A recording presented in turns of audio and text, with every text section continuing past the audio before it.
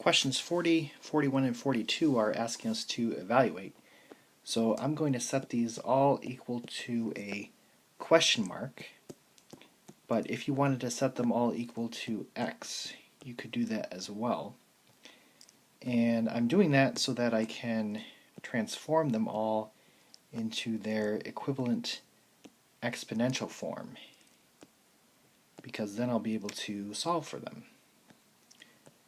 So the first one's going to be 5 raised to what is equal to 1, and that would be 0, because anything raised to the 0 power is 1.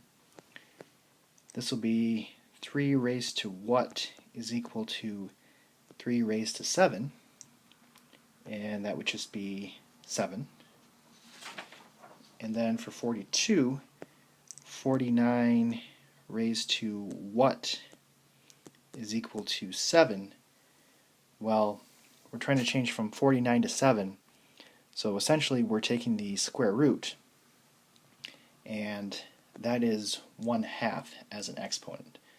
So raising something to the 1/2 power is the same thing as taking the square root of it.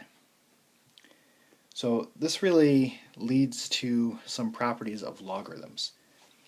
So anytime you have log base b of b, meaning anytime your base matches the inside of your logarithm, then that's going to be equal to 1.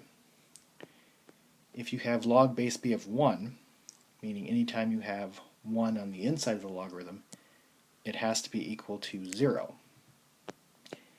Log base b of b raised to the x, this is just going to be equal to x. And then b raised to log base b of x, this is also just equal to x.